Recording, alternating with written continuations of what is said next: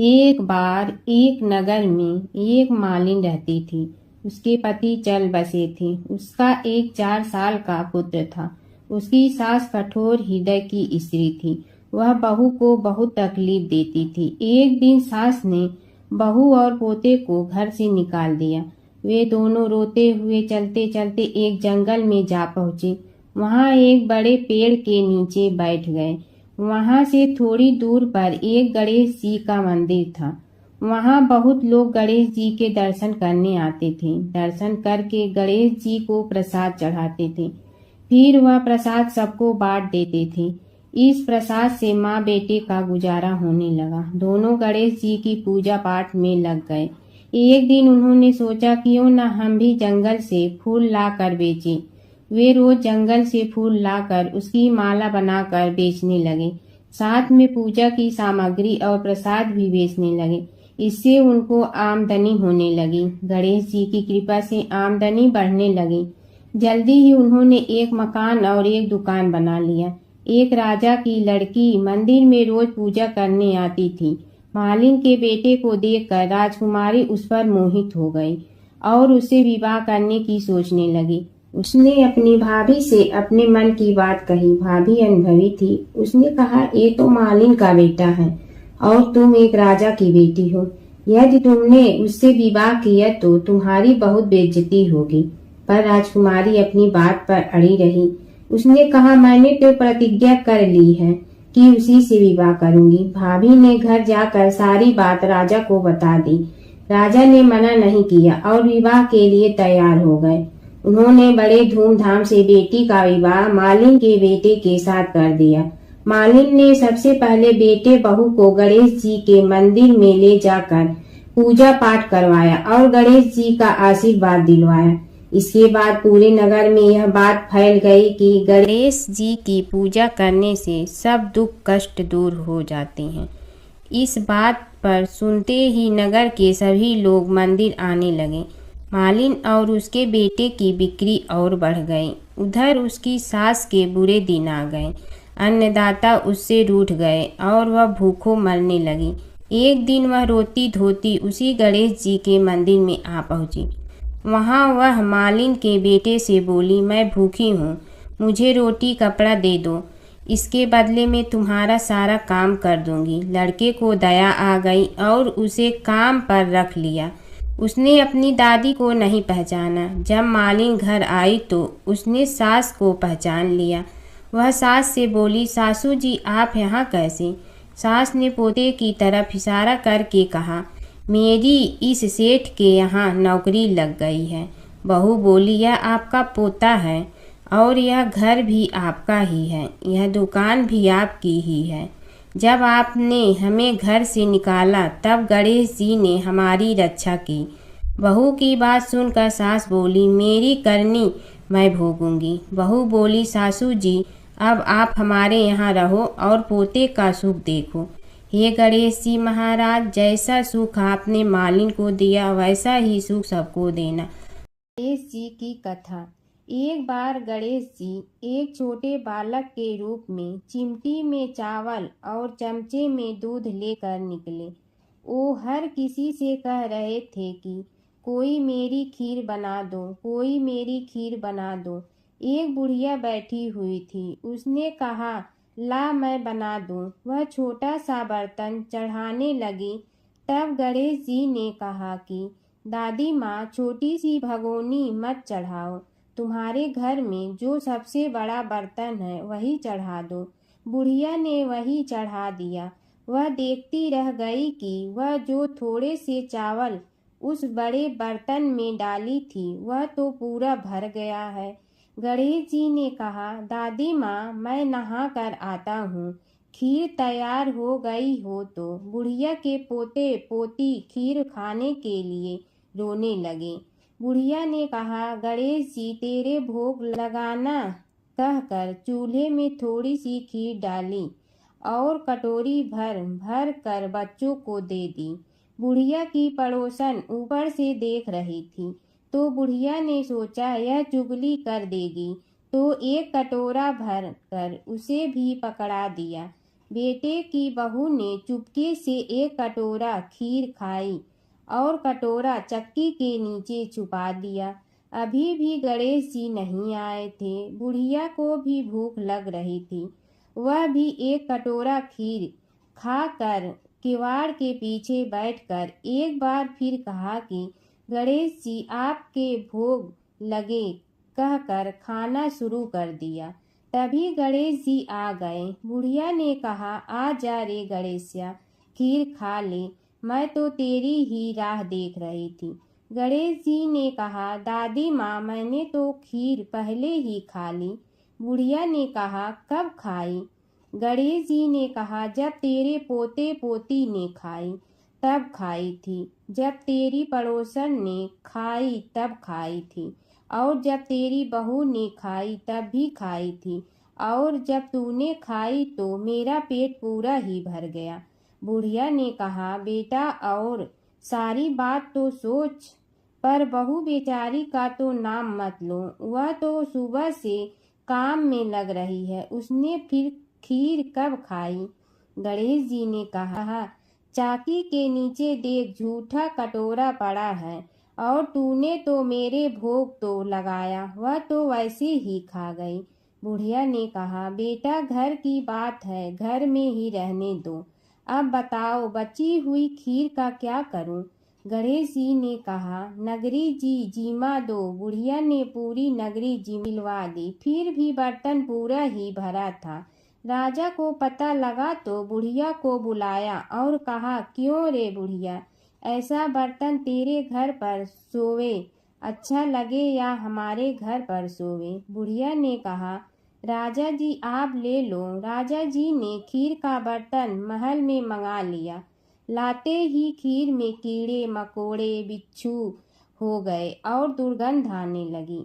यह देखकर राजा जी ने बुढ़िया से कहा, बुढ़िया बर्तन वापस ले जा, तो मुझे मेरे गणेश जी ने दिया। बुढ़िया ने बर्तन वापस लिया, लेते ही सुगंधित की हो गई। घर आकर बुढ़िया ने गणेश जी से कहा, बची हुई खीर का क्या करें? गणेश जी ने कहा, झोपड़ी के कोने में खड्डा खोद कर गाड़ दो, उसी जगह सुबह उठकर वापस खोदेगी तो धन के 2-4 पैसे मिलेंगे। ऐसा कहकर गणेश जी अंतर ध्यान हो गए। जाते समय झोपड़ी के लात मारते हुए गए तो झोपड़ी के स्थान पर महल हो गया। सुबह बहू ने फावड़ा लेकर पूरे घर को खोद दिया तो कुछ भी नहीं मिला। बहू ने कहा, सासू जी, थारो गणेश जी तो झूठे हैं। सास ने कहा, बहू मारो गणेश झूठो तो नहीं है, ला मैं देखूं। वह फावड़ा लेकर खोजने लगी तो टन टन करते 2 धन के चरे घड़े निकले आए। बहू ने कहा, सासू जी, गणेश जी तो साचो ही हैं। सास ने कहा, गणेश जी तो भावनाओं का भूखा है। यह गणेश जी जैसा आपने बुढ़िया को दिया वैसा सबको देना। समय की बात है कि विष्णु भगवान का विवाह लक्ष्मी जी के साथ निश्चित हो गया। विवाह की तैयारी होने लगी। सभी देवताओं को निमंत्रण भेजे गए, परंतु गणेश जी को निमंत्रण नहीं दिया। कारण जो भी रहा हो, अब भगवान विष्णु की बारात जाने का समय आ गया। सभी देवता अपनी पत्नियों के साथ विवाह समारोह में आए। उन सब ने देखा कि गणेश जी कहीं दिखाई नहीं दे रहे हैं। तब वे आपस में चर्चा करने लगे कि क्या गणेश जी को कोई न्योता नहीं दिया है या स्वयं गणेश जी ही नहीं आए हैं। सभी को इस बात पर आश्चर्य होने लगा। तभी सब ने विचार किया कि विष्णु भगवान से ही इसका कारण पूछा जाए। विष्णु भगवान से पूछने पर उन्होंने कहा कि हमने गणेश जी के पिता भोलेनाथ महादेव को न्योता भेजा है। यदि गणेश जी अपने पिता के साथ आना चाहते हैं तो आ जाते, अलग से न्योता देने की कोई आवश्यकता भी नहीं थी। दूसरी बात यह है कि उनको 1.25 मन मूंग, 1.25 मन चावल, 1.25 मन घी और 1.25 मन लड्डू का भोजन दिन भर में चाहिए। यदि गणेश जी नहीं आएंगे तो कोई बात नहीं, दूसरे के घर जाकर इतना सारा खाना पीना अच्छा भी नहीं लगता। इतनी वार्ता कर ही रहे थे कि किसी एक ने सुझाव दिया, यदि गणेश जी आप ही जाए तो उनके द्वारपाल बनाकर बैठा देंगे कि आप घर की याद रखना। आप तो चूहे पर बैठकर धीरे धीरे चलोगे तो बारात से बहुत पीछे रह जाओगे। यह सुझाव भी सबको पसंद आ गया तो विष्णु भगवान ने भी अपनी सहमति दे दी। होना क्या था कि इतने में गणेश जी वहां आ पहुंचे और उन्हें समझा बुझाकर घर की रखवाली करने बैठा दिया गया। बारात चल रही थी तब नारद जी ने देखा कि गणेश जी तो दरवाजे पर ही बैठे हुए हैं। तो वे गणेश जी के पास गए और रुकने का कारण पूछा। गणेश जी कहने लगे कि विष्णु भगवान ने मेरा बहुत अपमान किया है।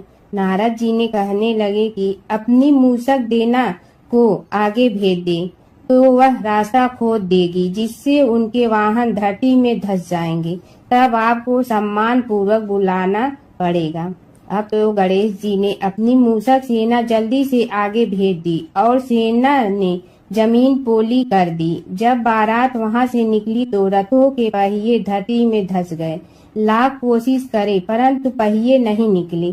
सभी ने अपने अपने उपाय किए परंतु पहिए तो नहीं निकले बल्कि जगह जगह से टूट गए। किसी की समझ में नहीं आ रहा था कि अब क्या किया जाए।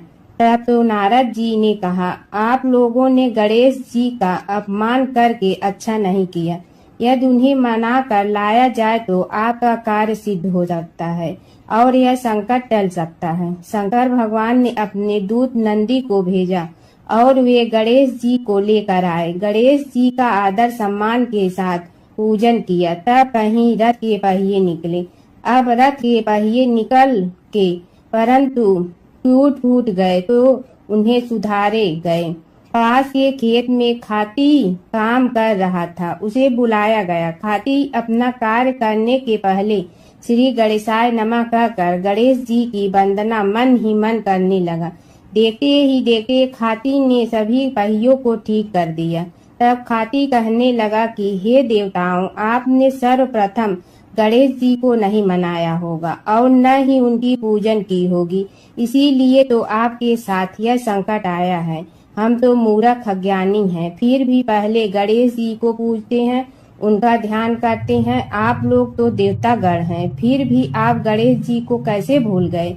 अब आप लोग भगवान श्री गणेश जी की जय बोल कर जाएं तो आपके सब काम बन जाएंगे और संकट कट जाएंगे। ऐसा कहते हुए बारात वहां से चल दी और विष्णु भगवान को लक्ष्मी जी के साथ विवाह संपन्न करा के सभी सकुशल घर लौट आए। हे गणेश जी महाराज, आपने विष्णु को जैसे कारज सारियो ऐसे कारज सबको सिद्ध कर जो। बोलो गजानन भगवान की जय। एक समय की बात है, एक भाई बहन रहते थे। बहन का नियम था कि वह अपने भाई का चेहरा देखते ही खाना खाती थी। हर रोज वह सुबह उठती थी और जल्दी जल्दी सारा काम करके अपने भाई का मुंह देखने के लिए उसके घर जाती थी। एक दिन रास्ते में एक पीपल के नीचे गणेश जी की मूर्ति रखी थी। उसने भगवान के सामने हाथ जोड़कर कहा कि मेरे जैसा अमर सुहाग और मेरे जैसा अमर पीहर सबको दीजिए। यह कहकर वह आगे बढ़ जाती है। जंगल के झाड़ियों के कांटे उसके पैरों में चुभा करते थे। एक दिन भाई के घर पहुंची और भाई का मुंह देखकर बैठ गई तो भाभी ने पूछा, पैरों में क्या हो गया है। यह सुनकर उसने भाभी को जवाब दिया कि रास्ते में जंगल के झाड़ियों के गिरे हुए कांटे पांव में चुभ गए हैं। जब वह वापस अपने घर आ जाए तब भाभी ने अपने पति से कहा कि रास्ते को साफ करवा दो, आपकी बहन के पांव में बहुत सारे कांटा चुभ गए हैं। भाई ने तब कुल्हाड़ी लेकर सारी झाड़ियों को काटकर रास्ता साफ कर दिया, जिससे गणेश जी का स्थान भी वहां से हट गया। यह देखकर भगवान गुस्सा हो गए और उसके भाई के प्राण हर लिए। लोग अंतिम संस्कार के लिए जब भाई को ले जा रहे थे तब उसकी भाभी रोते हुए लोगों से कही, थोड़ी देर रुक जाओ, उसकी बहन आने वाली है। वह अपने भाई का मुंह देखे बिना नहीं रह सकती है। उसका यह नियम है। तब लोगों ने कहा, आज तो देख लेगी, पर कल कैसे देखेगी। रोज दिन की तरह बहन अपने भाई का मुंह देखने के लिए जंगल में निकली। तब जंगल में उसने देखा कि सारा रास्ता साफ किया हुआ है। जब वह आगे बढ़ी तो उसने देखा कि सिद्धि विनायक को भी वहां से हटा दिया गया है। तब उसने जाने से पहले गणेश जी को एक अच्छे स्थान पर रखकर उन्हें स्थान दिया और हाथ जोड़कर बोली, भगवान, मेरे जैसा अमर सुहाग और मेरे जैसा अमर पीहर सबको देना। और फिर बोलकर आगे निकल गई। भगवान सोचने लगे, अगर इसकी नहीं सुनी तो हमें कौन मानेगा, हमें कौन पूजेगा। तब सिद्धि विनायक ने उसे आवाज दी, बेटी, इस खेजड़ी की 7 पत्तियां लेकर जा और उसे कच्चे दूध में धोकर भाई के ऊपर छींटा मार देना, वह उठकर बैठ जाएगा। यह सुनकर जब पीछे मुड़ी तो वहां कोई नहीं था। फिर वह यह सोचने लगी कि ठीक है, जैसा सुना वैसा कर लेती हूँ। फिर वह 7 खेजड़ी की पत्तियां लेकर अपने भाई के घर पहुंची। उसने देखा वहां कई लोग बैठे हुए हैं। भाभी बैठी रो रही है और भाई की लाश रखी है। तब उसने पत्तियों को बताए हुए नियम के तहत भाई के ऊपर इस्तेमाल किया। तब भाई उठकर बैठ गया। भाई बोला बहन से, मुझे बहुत ही गहरी नींद आ गई थी। तब बहन बोली, यह नींद किसी दुश्मन को भी न आए। और उसने सारी बात अपने भाई को बता दी। और बुढ़िया माई की कथा। एक बुढ़िया थी, वह बहुत ही गरीब और दृष्टिहीन थी। उसके एक बेटा और बहू थे। वह बुढ़िया सदैव गणेश जी की पूजा किया करती थी। एक दिन गणेश जी प्रकट होकर उस बुढ़िया से बोले, बुढ़िया माँ, तू जो चाहे सो मांग ले। बुढ़िया बोली, मुझे तो मांगना नहीं आता, कैसे और क्या मांगूं। तब गणेश जी बोले, अपने बहू बेटे से पूछ कर मांग ले। तब बुढ़िया ने अपने बेटे से कहा, गणेश जी कहते हैं तू कुछ मांग ले, बता मैं क्या मांगूं। पुत्र ने कहा, माँ तू धन मांग ले। बहू से पूछा तो बहू ने कहा, नाती मांग ले। तब बुढ़िया ने सोचा कि ये तो अपने अपने मतलब की बात कर रहे हैं।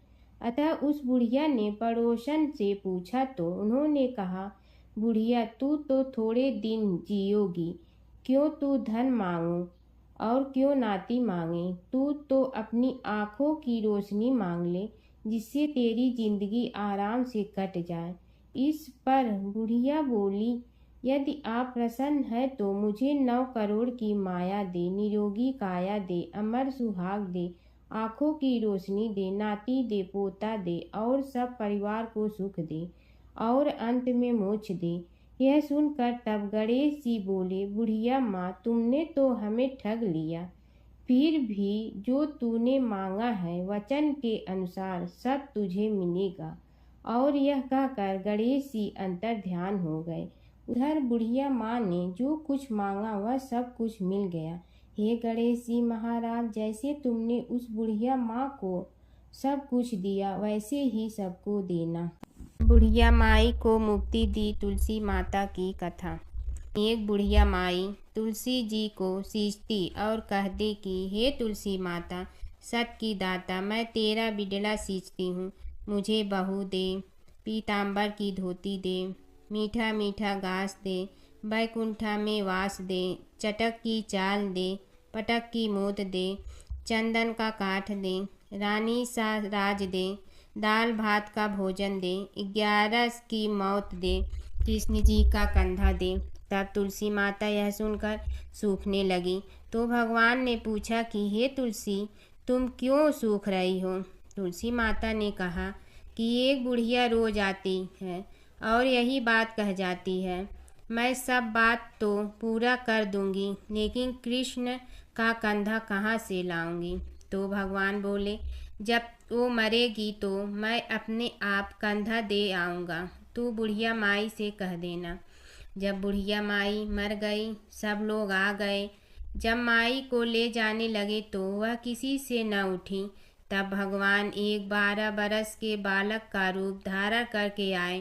बालक ने कहा, मैं कान में एक बात कहूँगा तो बुढ़िया माई उठ जाएगी। बालक ने कान में कहा, बुढ़िया माई मन की निकाल ले, पीताम्बर की धोती ले, मीठा मीठा घास ले, बैकुंठा का वास ले, चटक की चाल ले, पटक की मोत ले, कृष्ण जी का कंधा ले। यह सुनकर बुढ़िया माई हल्की हो गई। भगवान ने कंधा दिया और बुढ़िया माई को मुक्ति मिल गई। हे तुलसी माता, जैसे बुढ़िया माई को मुक्ति दी वैसे सबको देना। जमुना की कहानी।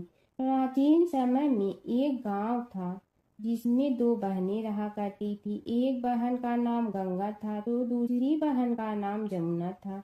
एक बार दोनों बहनें एक साहूकार के खेत से गुजर रही थी तो जमुना ने 13 दाने जौ के तोड़ लिए, जिसे देख गंगा बोली कि तुझे तो ग्रहण लग गया, तूने चोरी की है।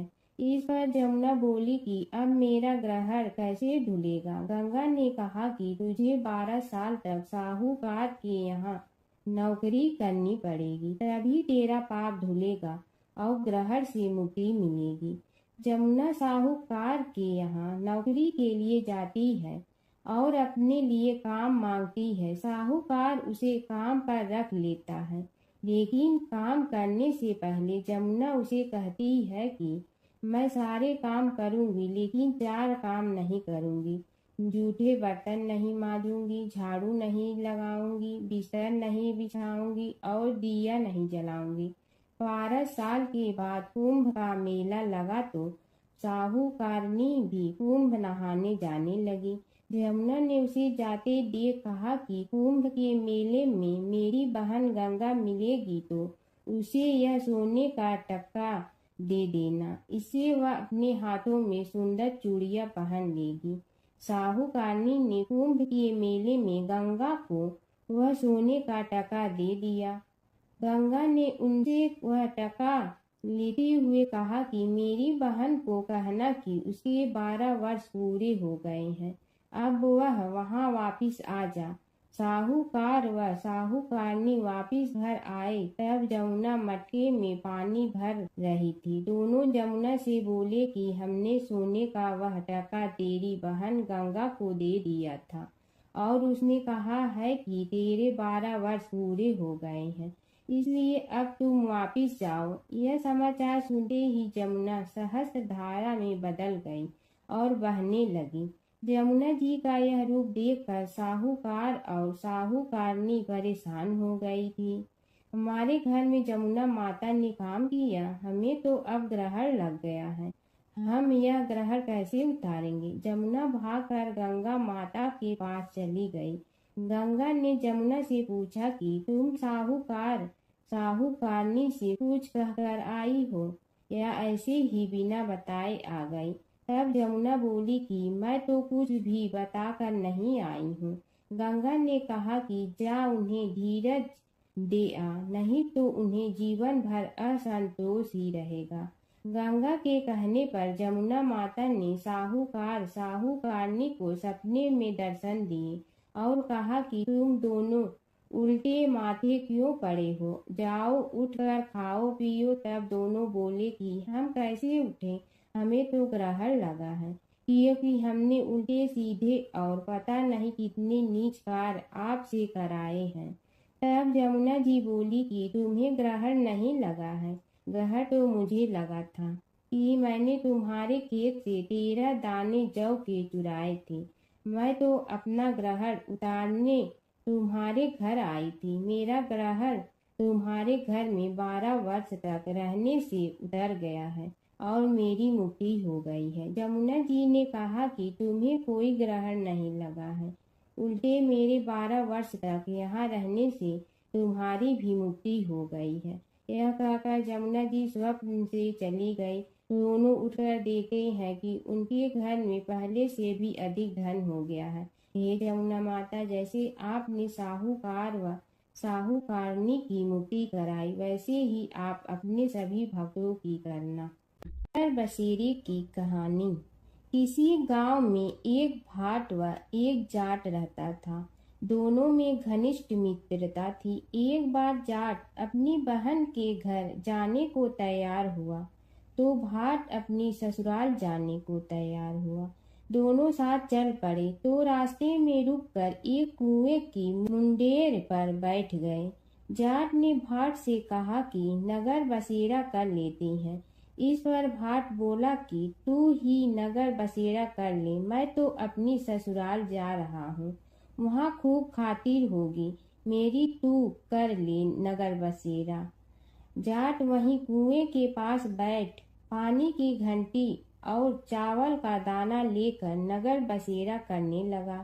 नगर बसेरा करने के साथ जाट कहने लगा कि नगर बसेरा जो करे सो मल धोवे पाँव, ताता माड़ा तापसी देगी मेरी माँ, माँ देगी मावशी तेगी द्वारका का वास, मीठा मीठा घास वृंदावन का वास, 5 कुल्ठी छठी रास मेरी जीवड़ो श्री कृष्ण के पास, डालू पानी हो जाए घी झट से निकल जाए मेरा जी। यह सब कर कर के वह जाट बहन के पास चल पड़ा। जाट की बहन ने भाई के आने पर उसकी खातिर की खी बूढ़ा के साथ भाई को जिमाया। दोनों ने बैठकर ढेर सारी बातें की।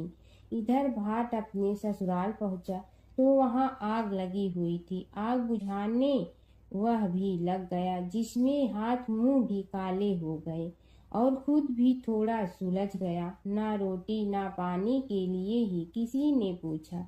एक पड़ोसन आई तो उसने भाट की सास को कहा कि जमाई आया है, जरा उस आओ भगत कर लो। बुढ़िया बोली कि सब कुछ तो जल गया है, अब कहाँ से आओ भगत करूं। तब पड़ोसन ने ही भाट को एक रोटी के साथ छाछ दी। उसने वही खाकर गुजारा किया। शाम को दोनों फिर घर की ओर चल पड़े और रास्ते में मिल गए और एक दूसरे का हाल पूछा। भाट बोला कि मेरी ससुराल में तो आग लगी हुई थी, आग बुझाते मैं खुद काला हो गया हूँ, ना रोटी मिली ना पानी। जाट बोला कि मेरी तो बहुत खातिर हुई।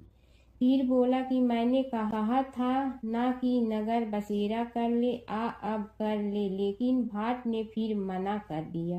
कहने लगा कि चाहे रोटी दे या न दे, तेरी तो माँ है, दही चूरमा का पेड़ा धरा पाएगा। भाट ने फिर नगर बसेरा नहीं किया, जाट ने कर लिया। नगर बसेरा जो करे सो मल धोवे पाँव, ताता माड़ा तापसी देगी मेरी माँ, माँ देगी मावशी देगी द्वारका का वास, मीठा मीठा घास वृंदावन का वास, 5 कुल्ठी छठी रास मेरा जीवड़ो श्री कृष्ण के पास, डालू पानी हो जाए घी झट से निकल जाए मेरा जी। करके वह चल पड़ा। घर पहुँचते ही जाट की मावशी ने बहुत लाड प्यार किया। उधर भाट घर गया तो उसकी भैंस खो गई थी। बाप एक लाठी रखे तो दूसरी उठाए और कहने लगा कि ससुराल गया तो आग लगा दी, अब यहाँ आया तो भैंस खो दी। बाप ने कहा कि पहले भैंस लेकर आ, तभी रोटी पानी मिलेगा। सारा दिन भाट भैंस ढूंढता रहा, लेकिन उसे भैंस नहीं मिली। जाट और भाट की मुलाकात फिर से बाजार में हो गई। जाट ने भाट के हाल चाल पूछे तो भाट बोला कि आते ही भैंस खो गई, बस उसी दिन से भैंस ढूंढ रहा हूँ।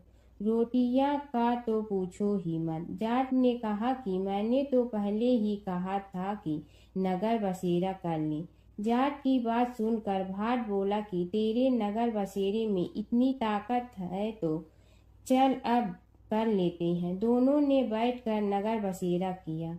नगर बसेरा जो करे सो मल धोवे पाँव, ताता माड़ा तापसी देगी मेरी माँ, माँ देगी मावशी देगी द्वारका का वास, मीठा मीठा घास वृंदावन का वास, 5 कुल्ठी छठी रास मेरा जीवड़ो श्री कृष्ण के पास, डालू पानी हो जाए घी झट से निकल जाए मेरा जी।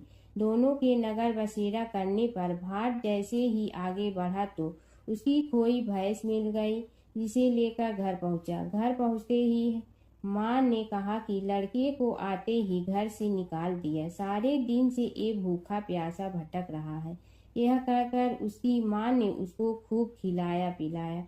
इस घटना के बाद सारे नगर में ढिंढोरा पिटवा गया कि तब कोई अपने पीहर या सास से आते जाते नगर बसेरा करें। जैसे भाट को नगर बसेरा करने का फल मिला, वैसे ही हर किसी को मिलेगी है।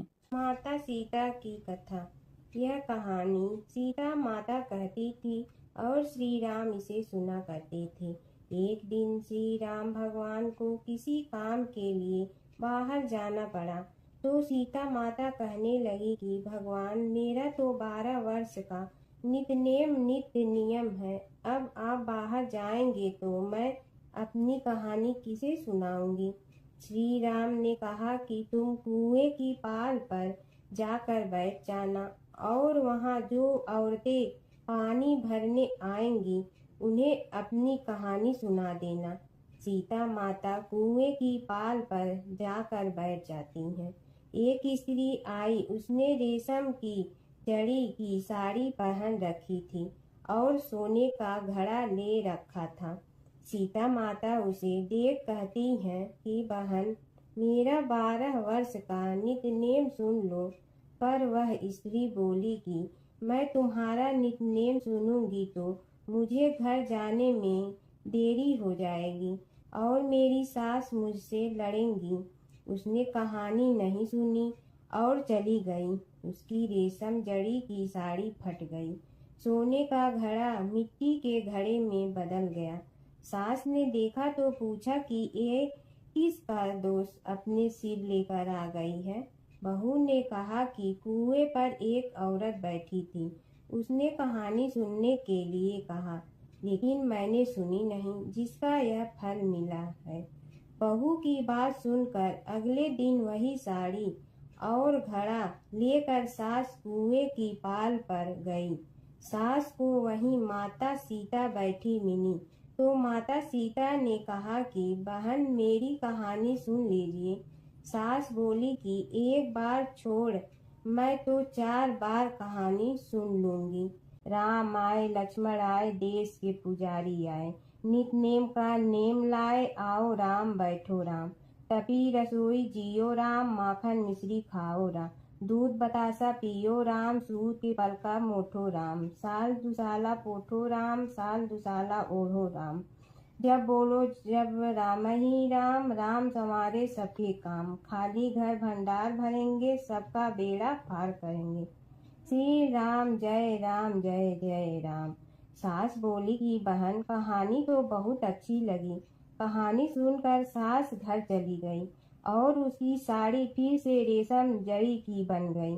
मिट्टी का घड़ा फिर सोने के घड़े में बदल गया। बहू कहने लगी, सासू माँ, आपने ये सब कैसे किया। सास ने कहा कि बहू, तू दोष लगा के आई थी और मैं अब दोष उतार कर आ रही हूँ।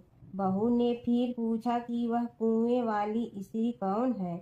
सास बोली कि वे सीता माता थी। वे पुराने से नया कर देती हैं, खाली घर में भंडार भर देती हैं। वह लक्ष्मी जी का वास घर में कर देती हैं। आदमी की जो भी इच्छा हो उसे पूरा कर देती हैं। बहू बोली कि ऐसी कहानी मुझे भी सुना दो। सास बोली कि ठीक है, तुम भी सुनो। और सास ने कहानी शुरू की। राम आए, लक्ष्मण आए, देश के पुजारी आए, नित नेम का नेम लाए, आओ राम बैठो राम। तपी रसोई जियो राम, माखन मिश्री खाओ राम। दूध बतासा पियो राम, सूत के पलका मोठो राम। साल दुसाला पोठो राम, साल दुसाला ओढ़ो राम। जब बोलो जब राम ही राम, राम संवारे सबके काम। खाली घर भंडार भरेंगे, सबका बेड़ा पार करें। श्री राम जय जय राम। कहानी सुनकर बहू बोली कि कहानी तो बहुत अच्छी है। सास ने कहा कि ठीक है, इस कहानी को रोज कहा करेंगे। अब सास बहू रोज सवेरे उठती, नहाती धोती और पूजा करने के बाद नित नेम की सीता की कहानी कहती। एक दिन उनके यहाँ एक पड़ोस की औरत आई और बोली कि बहन, जरा सी आँच दे ना। तो वह बोली कि आज तो अभी हमने जलाई ही नहीं। पड़ोसन ने कहा कि तुम सुबह 4 बजे से उठकर क्या कर रही हो। फिर उन्होंने कहा कि सुबह उठकर हम पूजा करते हैं, फिर सीता माता की नित्य नेम की कहानी कहते हैं। पड़ोसन ने उसकी बात सुनकर फिर कहा कि सीता माता की कहानी कहने से तुम्हें क्या मिलता है? वे बोली कि इनकी कहानी कहने से घर में भंडार भर जाते हैं, सारे काम सिद्ध होते हैं, मन की इच्छा भी पूरी हो जाती है। पड़ोसन कहती है कि बहन, ऐसी कहानी तो मुझे भी सुना दो। फिर वह बोली कि ठीक है, तुम भी यह कहानी सुन लो। राम आए लक्ष्मण आए, देश के पुजारी आए, नित नेम का नेम लाए, आओ राम बैठो राम। सारी कहानी सुनने के बाद पड़ोसन कहने लगी, बहन कहानी तो मुझे बहुत अच्छी लगी। अब वह पड़ोसन भी नित नेम सीता माता की कहानी कहने लगी। कहानी कहने से सीता माता ने पड़ोसन के भी भंडार भर दिए। अब तो पूरे मोहल्ले में नित नेम की कथा चल पड़ी। हर किसी की मनोकामना पूरी होने लगी। हे सीता माता, जैसे आपने उनके भंडार भरे, वैसे ही आप हमारे भी भंडार भरना, सबकी भरना, कहानी सुनने वाले के भी और कहानी कहने वाले के भी। प्राचीन काल की बात है। नैमिषारण्य क्षेत्र में ऋषि, महर्षि और साधु संतों का समाज जुड़ा था। उसमें श्री सूत जी भी विद्यमान थे। शौनक जी ने उनकी सेवा में उपस्थित होकर निवेदन किया कि हे अज्ञान रूप घोर तिमिर को नष्ट करने में करोड़ों सूर्यों के समान प्रकाशमान श्री सूत जी, हमारे कानों के लिए अमृत के समान जीवन प्रदान करने वाले कथा तत्व का वर्णन कीजिए। हे सूत जी, हमारे हृदयों में ज्ञान के प्रकाश की वृद्धि तथा भक्ति, वैराग्य और विवेक की उत्पत्ति जिस कथा से हो सकती हो, वह हमारे प्रति कहने की कृपा कीजिए। शौनक जी की जिज्ञासा से सूत जी बड़े प्रसन्न हुए। पुरातन इतिहासों के स्मरण से उनका शरीर पुलकायमान हो रहा था। वे कुछ देर उसी स्थिति में विराजमान रहकर कुछ विचार करते रहे और अंत में बोले, शौनक जी, इस विषय में आपके चित्त में बड़ी जिज्ञासा है। आप धन्य हैं जो सदैव ज्ञान की प्राप्ति में तत्पर रहते हुए विभिन्न पुराण कथाओं की जिज्ञासा रखते हैं। आज मैं आपको ज्ञान के परम स्रोत रूप श्री गणेश जी का जन्म कर्म रूप चरित्र सुनाऊंगा। गणेश जी से ही सभी ज्ञानों, सभी विद्याओं का उद्भव हुआ है। अब आप सावधान चित्त से विराजमान हो। श्री गणेश जी के ध्यान और नमस्कार पूर्वक उनका चरित्र श्रवण करें। नमस्तस्मै गणेशाय ब्रह्मा विद्या प्रदायिनी यनागस्त्यसमः साक्षात विघ्न सागर सोसड़े।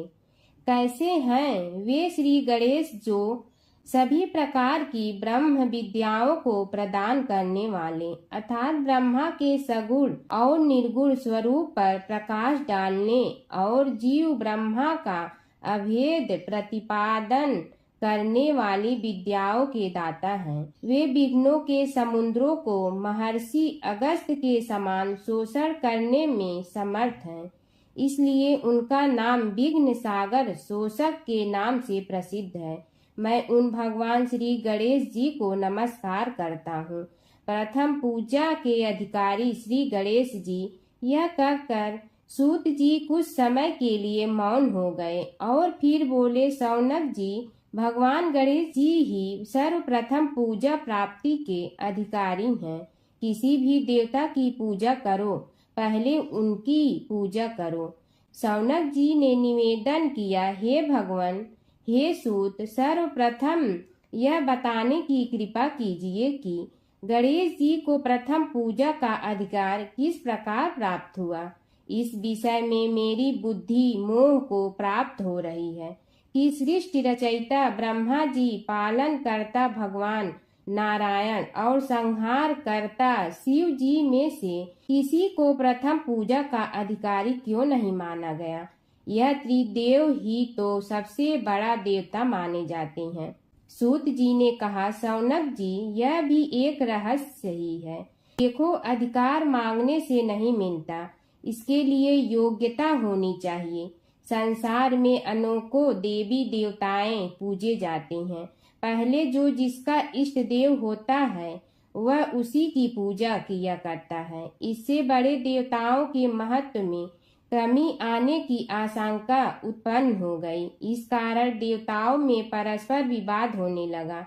वे उसका निर्णय प्राप्त करने के लिए शिव जी के पास पहुँचे और प्रणाम करके पूछने लगे, प्रभु, हम सब में प्रथम पूजा का अधिकारी कौन है?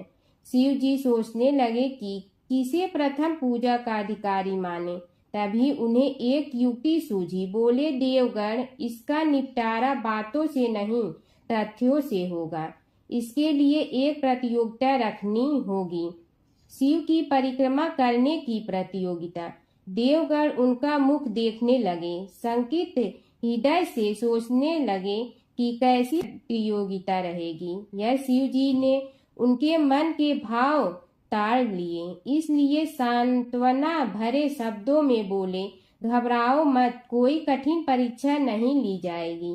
बस इतना ही कि सभी अपने अपने वाहनों पर चढ़कर संसार की परिक्रमा करो और फिर यहाँ लौट आओ।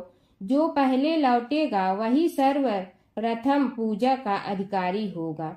अब क्या देर थी, सभी अपने अपने वाहन पर चढ़कर दौड़ पड़े।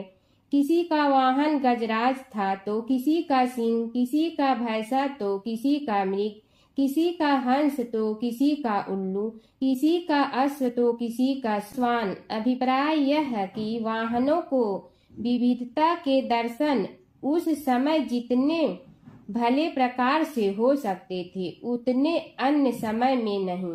सबसे गया बीता वाहन गणेश जी का था मूषक, उससे चूहा भी कहते हैं। ऐसे वाहन के बल भरोसे इस प्रतियोगिता में सफल होना तो क्या, सम्मिलित होना भी हास्यास्पद है। गणेश जी ने सोचा, छोड़ो, क्या होगा प्रतियोगिता में भाग लेने से, हम तो यहाँ बैठे रहकर ही तमाशा देखेंगे। वे बहुत देर तक विचार करते रहे। अंत में उन्हें एक युक्ति सूझी। शिव जी स्वयं ही जगदाता हैं, यह संसार उन्हीं का प्रतिबिंब है, तब क्यों न इन्हीं की परिक्रमा कर ली जाए। इनकी परिक्रमा करने से ही संसार की परिक्रमा हो जाएगी। ऐसा निश्चय कर उन्होंने मूषक पर चढ़कर शिव जी की परिक्रमा की और उनके समक्ष जा पहुँचे। शिव जी ने कहा, तुमने परिक्रमा पूर्ण कर ली? उन्होंने उत्तर दिया, जी हाँ। शिव जी सोचने लगे कि इसे तो यहीं घूमते हुए देखा, फिर परिक्रमा कैसे कराया। देवताओं का परिक्रमा करके लौटना आरंभ हुआ और उन्होंने गणेश जी को वहां बैठे देखा तो माथा ठनक गया। फिर भी साहस करके बोले, अरे तुम विश्व की परिक्रमा के लिए नहीं गए? गणेश जी ने कहा, अरे मैं कब का यहाँ आ गया। देवता बोले, तुम्हें तो कहीं भी नहीं देखा। गणेश जी ने उत्तर दिया, देखते कहाँ से, समस्त संसार शिव जी में विद्यमान है। इनकी परिक्रमा करने से ही संसार की परिक्रमा पूर्ण हो गई। सूत जी बोले, शौनक, इस प्रकार गणेश जी ने अपनी बुद्धि के बल पर ही विजय प्राप्त कर ली। उनका कथन सत्य था, इसलिए कोई विरोध करता भी तो कैसे। बस उसी दिन से गणेश जी की प्रथम पूजा होने लगी। सूत जी बोले, हे शौनक जी, यह एक तथ्य है कि गणेश जी ही उसके पात्र हैं। वे बड़े देवता का भी कार्य सिद्धि में विघ्न उपस्थित होने पर उन विघ्न राज का आश्रय न लिया हो। हे शौनक, वे देव भी बड़े दयालु हैं। नाम तो शिव जी का ही आशुतोष है, किंतु वे सर्वात्मा और सर्वरक्षक प्रभु तो शिव जी की अपेक्षा भी शीघ्र ही प्रकट हो जाते हैं। उनका भक्त कभी किसी संकट में नहीं पड़ता। यदि प्रारब्ध वशात कभी किसी विपत्ति में पड़ भी जाता है तो गणेश्वर की उपासना करने पर उनके अनुग्रह से उनके समस्त दुख दूर होकर परम सुख की प्राप्ति होती है। शौनक ने कहा, हे सूत जी, हे महाभाग, हे प्रभु, मैं गणेश जी के विभिन्न चरित्रों का अध्ययन करना चाहता हूँ। तो मुझे बताइए कि किस ग्रंथ का अवलोकन करूं। हे दयामय, आपको तो उनके समस्त चरित्र विदित है कि यदि आप ही उन्हें सुनाने की कृपा करें तो मेरा अत्यधिक उपकार होगा। सूत जी बोले, हे शौनक भगवान, गणेश्वर के इतने चरित्र हैं कि उन सब का कथन इस जीवा से संभव नहीं, क्योंकि प्रभु अनंत, प्रभु चरित अनंता वाली बात समस्त विद्वान ऋषि मुनि कहते हैं। फिर भी गणेश जी प्रथम पूजा के अधिकारी होने के कारण समस्त देव चरित्रों में जुड़े हुए हैं, इसलिए उनका प्रभाव भी सर्वाधिक व्यापक है। हे मुने, हे शौनक, वे भगवान सर्व समर्थ हैं। वे सभी का तिरस्कार करने में समर्थ हैं, किंतु उनका तिरस्कार कोई भी नहीं कर सकता। यह त्रिलोक्य उन्हीं भगवान के संकेत पर नित्य करता है। इसकी समस्त क्रियाएं उन्हीं की इच्छा पर आश्रित हैं। हे शौनक भगवान, गणेश्वर स्वयं कहते हैं, शिवे विष्णु च शक्तौ च सूर्ये मयि निराधिप यो भेद बुद्धि योग स सम्य योगो मतो मम। हे नरेश्वर, हे वरेण्य, शिव, विष्णु, शक्ति, सूर्य और मुझ गणेश में जो अभेद बुद्धि योग है, मेरे मत में वही सम्यक योग है। इससे यह भी सिद्ध है कि समस्त देवता उन्हीं के स्वरूप हैं। वे ही भगवान विभिन्न कार्य रूपों के अनुसार अपना भिन्न भिन्न नाम रखते हैं। हे मुनि श्रेष्ठ, उन सब देवताओं के चरित्र भी उन्हीं गणराज के चरित्र हैं। यद्यपि सब चरित्र एक ही ग्रंथ में मिलने में संभव नहीं है, फिर भी गणेश्वर के अनेकों प्रमुख चरित्रों का वर्णन गणेश पुराण में हुआ है। राजा सोमकांत का वृतांत कथन। शौनक जी ने पूछा, हे प्रभु, गणेश पुराण का आरंभ किस प्रकार हुआ, यह मुझे बताने की कृपा करें। इस पर सूत जी ने कहने लगे, हे शौनक, यद्यपि गणेश पुराण है तो बहुत प्राचीन, क्योंकि भगवान गणेश्वर तो आदि हैं। न जाने कब से गणेश जी अपने उपासकों पर कृपा करते चले आ रहे हैं। उनके अनंत चरित्र हैं, जिनका संग्रह एक महापुराण का रूप ले सकता है।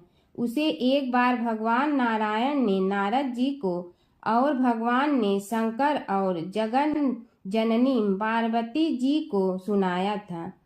बाद में वही पुराण संक्षेप रूप में ब्रह्मा जी ने महर्षि वेद व्यास को सुनाया और फिर व्यास जी ने महर्षि भृगु को सुनाया। भृगु ने कृपा करके सौराष्ट्र के एक राजा सोमकांत को सुनाया था। तब से वह पुराण अनेक कथाओं में विस्तृत होता रहा और अनेक कथाओं से रहित होता हुआ अनेक रूप में प्रचलित है। शौनक जी ने पूछा, भगवान, आप यह बताने का कष्ट करें कि राजा सोमकांत कौन था। उसने महर्षि से गणेश पुराण का श्रवण कहाँ किया था, उस पुराण के श्रवण से उसे क्या क्या उपलब्धियां हुई। हे नाथ, मुझे श्री गणेश्वर की कथा के प्रति उत्कंठा बढ़ती ही जा रही है। सूत जी बोले, हे शौनक, सौराष्ट्र के देवनगर नाम की एक प्रसिद्ध राजधानी थी। वहाँ का राजा सोमकांत था। वह अपनी प्रजा का पुत्र के समान पालन करता था। वह वेद ज्ञान संपन्न, शस्त्र विद्या में पारंगत एवं प्रबल प्रतापी राजा, समस्त राजाओं में मान्य तथा अत्यंत वैभवशाली था। उसका ऐश्वर्य कुबेर के भी ऐश्वर्य को लज्जित करता था। उसने अपने पराक्रम से अनेकों देश जीत लिए थे। उसकी पत्नी अत्यंत रूपवती, गुणवती, धर्माज्ञा एवं पतिव्रत धर्म का पालन करने वाली थी। वह सदैव अपने प्राणनाथ की सेवा में लगी रहती थी। उसका नाम सुधर्मा था। जैसे वह प्रतिव्रता थी, वैसे ही राजा भी एक पत्नी व्रता का पालन करने लगा। उसके हेमकांत नामक एक सुंदर पुत्र था। वह भी सभी विद्याओं का ज्ञाता और अस्त्र शस्त्रादि के अभ्यास में निपुण हो गया था। यह सभी श्रेष्ठ लक्षणों से संपन्न, सद्गुणी एवं प्रजा जनों के हितों का अत्यंत पोषक था। इस प्रकार राजा सोमकांत स्त्री, पुत्र, पशु, वाहन, राज्य एवं प्रतिष्ठा आदि से सब प्रकार सुखी था। उसे दुख तो था ही नहीं। सभी राजागण उसका हार्दिक सम्मान करते थे तथा उसकी श्रेष्ठ कीर्ति भी संसार व्यापी थी।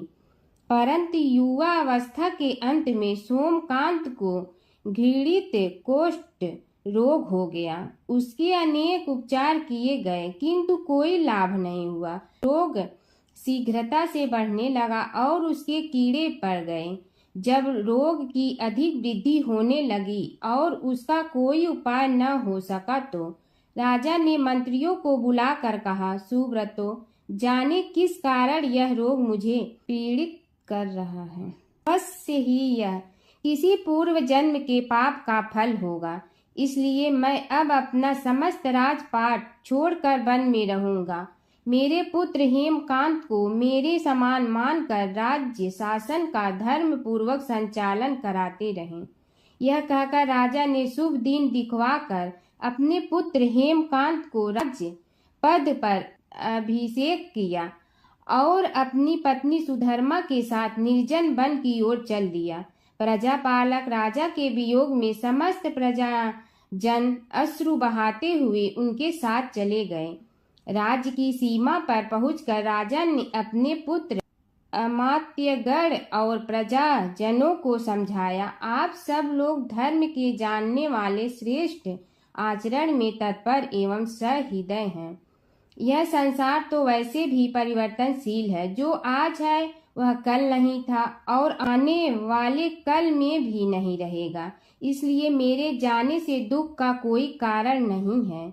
मेरे स्थान पर मेरा पुत्र सभी कार्यों को करेगा। इसलिए आप सब उसके अनुशासन में रहते हुए उसे सदैव सम्मान करते रहें।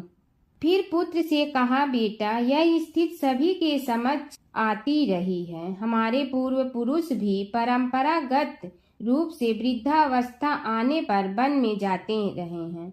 मैं कुछ समय पहले ही वन में जा रहा हूँ तो कुछ पहले या पीछे जाने में कोई अंतर नहीं पड़ता। यदि कुछ वर्ष बाद जाऊं तब भी मोह का त्याग करना ही होगा। इसलिए हे वत्स, तुम दुखित मत हो और मेरी आज्ञा मानकर राज्य शासन को ठीक प्रकार चलाओ। ध्यान रखना, क्षत्रिय धर्म का कभी त्याग न करना और प्रजा को सदा सुखी रखना। इस प्रकार राजा सोमकांत ने सभी को समझा बुझाकर वहां से वापस लौट आया और स्वयं अपनी पतिव्रता भार्या के साथ वन में प्रवेश किया। पुत्र हेमकांत के आग्रह से उसने सुबल और ज्ञान गम्य नामक 2 आत्माओं को भी साथ ले लिया। उन सब ने एक समतल एवं सुंदर स्थान देखकर वहां विश्राम किया। तभी उन्हें एक मुनि कुमार दिखाई दिया। राजा ने उससे पूछा, तुम कौन हो, कहाँ रहते हो? यदि उचित समझो तो मुझे बताओ। मुनि बालक ने कोमल बाणी में कहा, मैं महर्षि भृगु का पुत्र हूँ। मेरा नाम च्यवन है। हमारा आश्रम निकट में ही है। अब आप भी अपना परिचय दीजिए। राजा ने कहा, मुनि कुमार, आपका परिचय पाकर मुझे बड़ी प्रसन्नता हुई। मैं सौराष्ट्र के देवनगर नामक राज्य का अधिपति रहा हूँ। अब अपने पुत्र को राज्य देकर मैंने अरण्य की शरण ली है। मुझे कुष्ठ रोग अत्यंत पीड़ित किए हुए हैं। उसकी निवृत्ति का कोई उपाय करने वाला हो तो कृपा कर मुझे बताइए। मुनि कुमार ने कहा, मैं अपने पिताजी से अपना वृतांत कहता हूँ, फिर वे जैसा कहेंगे आपको बताऊंगा। यह कहकर मुनि बालक चला गया और कुछ देर में ही आकर बोला, राजन, मैंने आपका वृतांत अपने पिताजी को बताया। उनकी आज्ञा हुई है कि आप सब मेरे साथ आश्रम में चलकर उनसे भेंट करें, तभी आपके रोग के विषय में भी विचार किया जाएगा। राजा सोमकांत के पूर्व जन्म का वृत्तांत भृगु द्वारा वर्णन। राजा अपनी पत्नी और अमात्यों के सहित च्यवन के साथ साथ भृगु आश्रम में जा पहुंचा और उन्हें प्रणाम कर बोला, हे भगवान, हे महर्षि, मैं आपकी शरण हूँ। आप मुझ कुष्ठी पर कृपा कीजिए। महर्षि बोले, राजन, यह तुम्हारे किसी पूर्व जन्म कृत पाप का ही उदय हो गया है। इसका उपाय मैं विचार करके बताऊंगा। आज तो तुम सब स्नान आज से निवृत्त होकर रात्रि विश्राम करो। महर्षि की आज्ञा अनुसार सबने स्नान भोजन आदि के उपरांत रात्रि व्यतीत की और प्रातः काल स्नान आदि नित्य कर्मों से निवृत्त होकर महर्षि की सेवा में उपस्थित हुए। महर्षि ने कहा, राजन, मैंने तुम्हारे पूर्व जन्म का वृतांत जान लिया हूँ और यह भी विदित कर लिया है कि किस पाप के फल से तुम्हें इस रोग की प्राप्ति हुई है। यदि तुम चाहो तो उसे सुना दूं। राजा ने हाथ जोड़कर निवेदन किया, बड़ी कृपा होगी मुनिनाथ, मैं उसे सुनने के लिए उत्कंठित हूँ। महर्षि ने कहा, तुम पूर्व जन्म में एक धनवान वैश्य के लाडले पुत्र थे। वह वैश्य विंध्याचल के निकट कौलहार नामक ग्राम में निवास करता था। उसकी पत्नी का नाम सुलोचना था। तुम उसी वैश्य दंपत के पुत्र हुए। तुम्हारा नाम कामद था। तुम्हारा लालन पालन बड़े लाड चाव से हुआ। उन्होंने तुम्हारा विवाह एक अत्यंत सुंदरी वैश्य कन्या से कर दिया था, जिसका नाम कुटुम्बिनी था। यद्यप तुम्हारी भार्या सुशीला थी और तुम्हें सदैव धर्म में निरत देखना चाहती थी, किंतु तुम्हारा स्वभाव वासनांध होने के कारण दिन प्रतिदिन उज्जवल होता जा रहा था। किंतु माता पिता भी धार्मिक थे, इसलिए उनके सामने तुम्हारी उज्ज्वलता दबी रही। परंतु माता पिता की मृत्यु के बाद तुम निरंकुश हो गए और अपनी पत्नी की बात भी नहीं मानते थे। तुम्हें अनाचार में प्रवृत्त देखकर उसे दुख होता था, तो भी उसका कुछ बस न चलता था। तुम्हारी उन्मत्तता चरम सीमा पर थी। अपनों से भी द्वेष और क्रूरता का व्यवहार किया करते थे। हत्या आदि कराते थे। तुम्हारे लिए सामान्य बात हो गई। पीड़ित व्यक्तियों ने तुम्हारे विरुद्ध राजा से पुकार की। अभियोग चला और तुम्हें राज्य की सीमा से भी बाहर चले जाने का आदेश हुआ। तब तुम घर छोड़कर किसी निर्जन वन में रहने लगे। उस समय तुम्हारा कार्य लोगों को लूटना और हत्या करना ही रह गया।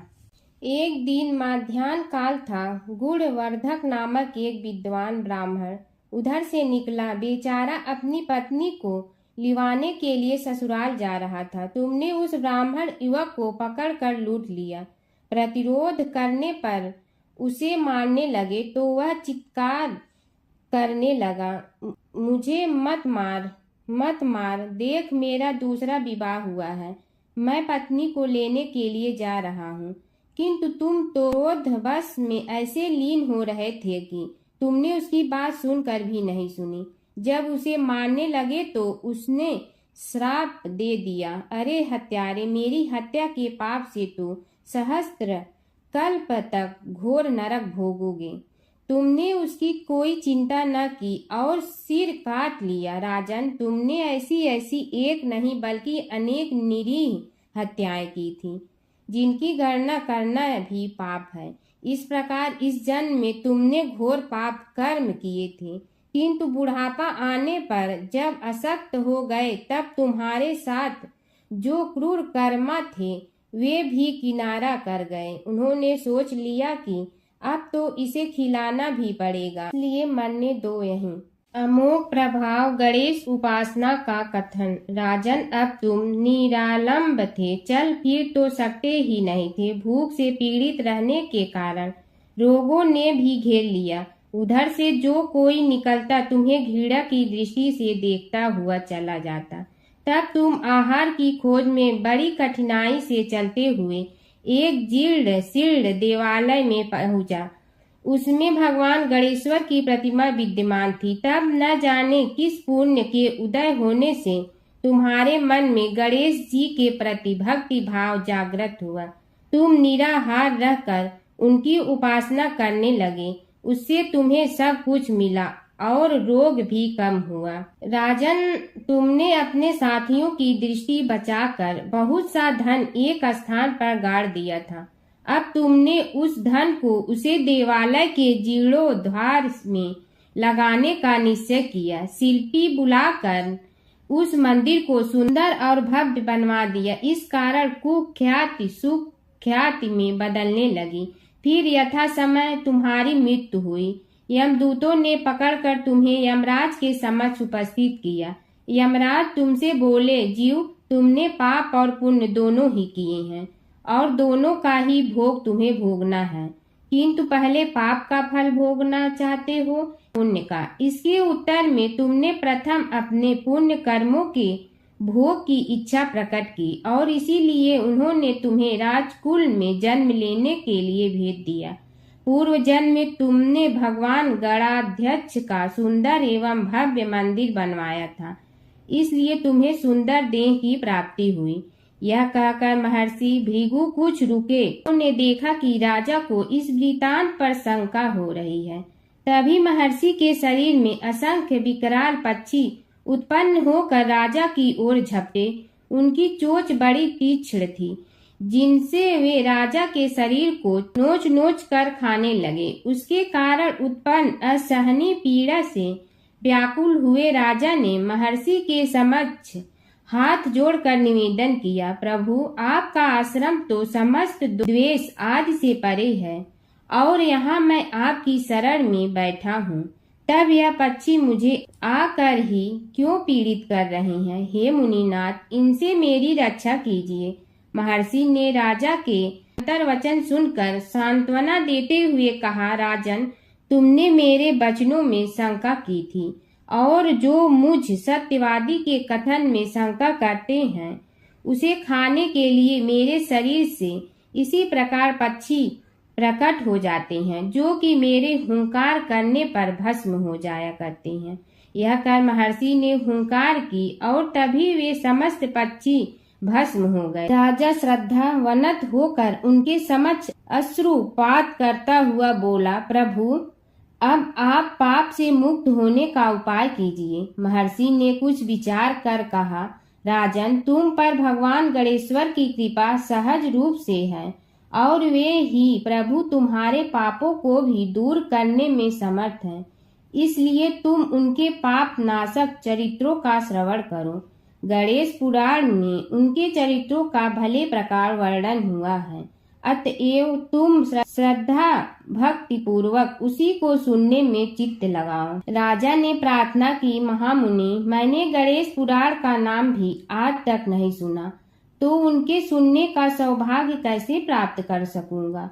हे नाथ, आपसे अधिक ज्ञानी और प्रकांड विद्वान और कौन हो सकता है? आप ही मुझ पर कृपा कीजिए। महर्षि ने राजा की दीनता देखकर उसके शरीर पर अपने कमंडल का मंत्रपूत जल छिड़का। तभी राजा को एक छींक आई और नासिका से एक अत्यंत छोटा काले वर्ण का पुरुष बाहर निकल आया। देखते देखते वह बढ़ गया। उसके भयंकर रूप को देखकर राजा कुछ भयभीत हुआ, किंतु समस्त आश्रमवासी वहां से भाग गए। वह पुरुष महर्षि के समक्ष हाथ जोड़कर खड़ा हो गया। उन्हें उसकी ओर देखा और कुछ उच्च स्वर में बोले, तू कौन है, क्या चाहता है? वह बोला, मैं साक्षात पाप हूँ, समस्त पापियों के शरीर में मेरा निवास है। आपके मंत्रपूत जल के स्पर्श से मुझे विवश होकर राजा के शरीर से बाहर निकलना पड़ा है। अब मुझे बड़ी भूख लगी है, बताइए क्या खाऊं और कहाँ रहूं? महर्षि बोले, तू उस आम के अवकाश स्थान में निवास कर और उसी वृक्ष के पत्ते खाकर जीवन निर्वाह कर। यह सुनते ही वह पुरुष आम के वृक्ष के पास पहुंचा, किंतु उसके स्पर्श मात्र से वह वृक्ष जलकर भस्म हो गया। फिर जब पाप पुरुष को रहने के लिए कोई स्थान दिखाई न दिया तो वह भी अंतर्हित हो गया। कीड़ी नगरा सींचने की कहानी। एक गांव में एक बुढ़िया माई रहती थी। उसके 2 बेटे तथा बहू भी थे। बुढ़िया माई भगवान श्री हरि विष्णु की परम भक्त थी। अपना जीवन दान धर्म पुण्य कार्य कर्मों में लगाती थी, परंतु बुढ़िया माई कभी भी मंदिर और सत्संग में व तीर्थ स्थानों पर नहीं जाती थी। एक बार गांव में भागवत कथा हो रही थी। बेटे ने कहा, माँ आप सारा दिन घर में रहती हैं, आप मंदिर में भागवत कथा सुनने क्यों नहीं जाती? बुढ़िया माई ने बेटे का मन रखने के लिए कह दिया कि आज जाऊंगी, परंतु नहीं गई। ऐसा करते करते 6 दिन निकल गए। बुढ़िया माई के बेटे ने कहा, माँ आज अंतिम दिन है, आज तो कथा सुनने आपको जाना ही पड़ेगा। सारा दिन घर का काम करके बुढ़िया माई ने जाते जाते इतनी देर कर दी कि अंतिम दिन की भागवत कथा भी समाप्त हो गई। भगवान श्री हरि विष्णु सन्यासी का रूप धारण करके बुढ़िया माई के पास आए और बोले, बुढ़िया माई तुम कहाँ जा रही हो? बुढ़िया माई ने कहा, मैं भागवत कथा सुनने जा रही हूँ। तब सन्यासी रूपधारी भगवान श्री हरि विष्णु ने कहा, अब इतनी देर से क्यों जा रही हो? वहाँ तो अब कथा समाप्त हो गई है, अब वहाँ जाकर क्या करोगी? बुढ़िया माई ने कहा, अब घर से निकली हूँ तो जाकर ही रहूंगी। सब सन्यासी रूपधारी भगवान श्री हरि विष्णु ने कहा कि अब कथा समाप्त हो गई, भक्त लोग भी अपने अपने घर चले गए, अब तुम वहाँ से क्या लाओगी? तो बुढ़िया माई बोली, कुछ नहीं तो मैं वहाँ से एक ईंट ही उठा लाऊंगी। तो सन्यासी रूपधारी भगवान श्री हरि विष्णु बोले, तुम वहाँ से मिट्टी की ईंट लाओगी, उसके बदले में मैं तुम्हें एक सोने की ईंट दे देता हूँ। बुढ़िया माई ने ईंट ले ली और घर की तरफ चल पड़ी और विचार करने लगी कि यदि यह ईंट मैं घर लेकर जाऊंगी तो बेटे बहू झगड़ने लगेंगे, इसीलिए घर के आंगन में बाहर ही बुढ़िया माई ने वह ईंट जमीन में गाड़ दी। परंतु अब बुढ़िया माई का ध्यान उस ईंट पर ही रहने लगा। खाने पीने घर के काम करने में सदैव बुढ़िया माई अपना ध्यान सोने की ईंट पर ही लगाई रखती। बेटे बहू ने पूछा, माँ पूरे दिन घर के आंगन में क्या करती रहती हो? तो बुढ़िया माई ने कहा, मैं आने जाने वाले को देखती रहती हूँ। एक दिन बुढ़िया माई मर गई। यमराज के दूत बुढ़िया माई को लेने आए। बुढ़िया माई को लेकर धर्मराज जी के पास पहुँचे और धर्मराज जी को सारी बात बतलाई। धर्मराज जी ने बुढ़िया माई को कुतिया की योनि दे दी और कुतिया उसी पेड़ के नीचे बैठी रहती। बुढ़िया माई की बहू ने कहा, इस कुतिया को यहाँ से भगाओ, नहीं तो यह बच्चों को काट जाएगी। तो उसके बेटे ने उसकी पीठ पर एक लकड़ी मारी और बुढ़िया माई मर गई और को सर्प की योनि मिली। आंगन में सर्प को देखकर बेटे बहू ने किसी को काट नहीं जाए इसी डर से मार दिया। फिर बुढ़िया माई मरकर धर्मराज जी के पास पहुंची। बुढ़िया माई कीड़ी का रूप धारण करके उस आंगन में कीड़ी नगरा बना लिया। आंगन में कीड़ी नगरा हो गया। घर वाले बहुत परेशान हुए। घर वाले भोजन भी नहीं बना रहे थे और मन ही मन होने का स्मरण करने लगे। तब भगवान श्री हरि विष्णु सन्यासी का रूप धारण करके आए और बोले कि कुछ खाने को दे दो। तो घर वाले ने कहा, महाराज हमारे खाने को भी कुछ नहीं बनाया, क्योंकि हमारे घर में कीड़ी नगरा हो गया है, आप ही इसका कुछ उपाय बतलाइए।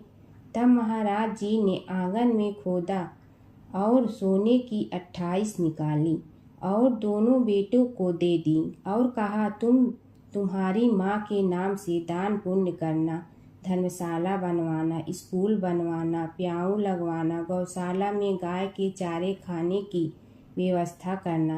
परंतु दोनों बेटे आपस में झगड़ने लगे कि तू दान कर, तू दान कर। किसी ने बुढ़िया माई के नाम से कोई दान नहीं किया और कीड़ी नगरा वहाँ उसी स्वरूप में स्थापित रहा। कुछ दिन बाद सन्यासी वापस आया और बुढ़िया माई के बेटों ने भगवान स्वरूपधारी सन्यासी महाराज से कहा कि हमारी घर की हालत वैसी की वैसी है कीड़ी नगरा तो वैसे का वैसा ही है।